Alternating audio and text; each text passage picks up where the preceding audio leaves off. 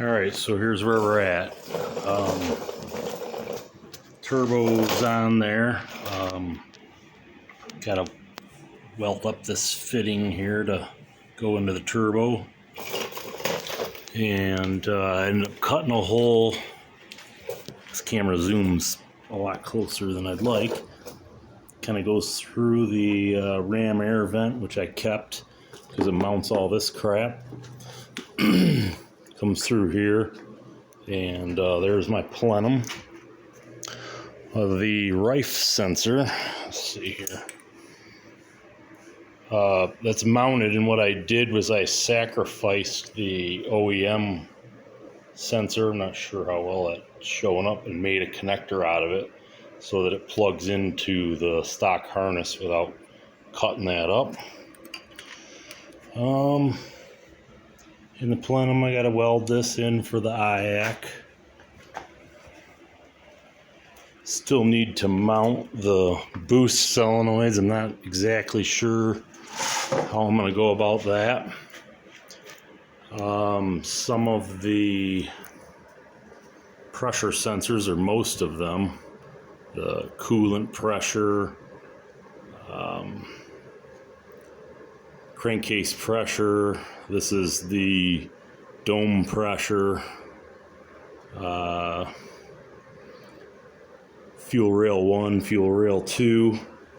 So I ran those into this, and I know the original plan was to mount them here in this region, but I thought that was a little cleaner and made some more rooms, probably make it easier to change plugs and whatnot. For the stock fuel rail, I just added a fitting in here. This is just from one of the EGTs. It's just an ambient temperature sensor. I don't know, kind of nice to know. And I've got extras, as you know. I just have one EGT in there now, as I'm going to have to weld some onto the manifold, but there's like a spot in the back of the manifold where I could put an EGT in there, so it just has one, so it's kind of the collective temperature, but that's ran in there. Then the oil pressure and temperature is mounted here, just through the plate there, but this wire's kind of smashed a little by the fairing. You can see this grommet here is where the stock fairing kind of attaches, so when that's clicked in, it does click in, it's kind of pressed off like this, and then I'm probably going to have to use some sort of heat insulation to protect it from the exhaust. What else do we have? Oh yeah, the tire temperature is mounted. Let me get a light here.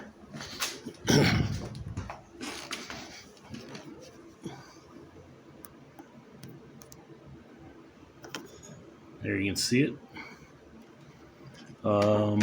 Wheel speed sensors. I'll make pretty versions when I get it all apart, but it's just a piece of sheet metal. But it does work. Got a few thousand miles on it. Here's the front one.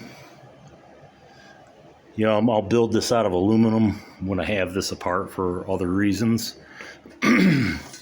Another thing I'm doing, this turbo is the greaseless, the oilless. So you just grease it with a fitting. And then I plumbed the water. It's going to kind of come over here. This is the feed. It's going to go into the radiator hose here, and come out on the top of the turbo. I know it's kind of hard to see. And then it goes into one of the plugs on the cylinder. And then I'm going to measure with the EGT temp sensors. I'm just going to kind of clamp these into the hose, and I just want to make sure that water is flowing through it. So I would assume that the outflow will be hotter than the inflow, and that will verify that it's flowing. The wheelie sensor, which has already been done and working and calibrated, it's actually just mounted to the trim or whatever you would call it, shroud. And then there's a hole in the fairing just big enough for the laser beam to shoot through. So I don't have to worry about it getting dirty or wet when I'm riding in the rain. And then I'm going to make a heat shield before this goes back together to kind of protect it. Still haven't built the tank for the methanol or added the injectors, but that's not the plan for this year. I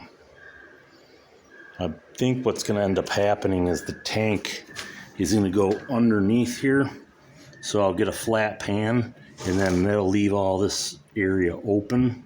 And I was thinking I'm just going to build a big long tank that goes from front to back, hoping to get 3 or 4 gallons. And then I don't have to refill that often. So yeah, boost solenoids still aren't mounted, but we're getting there.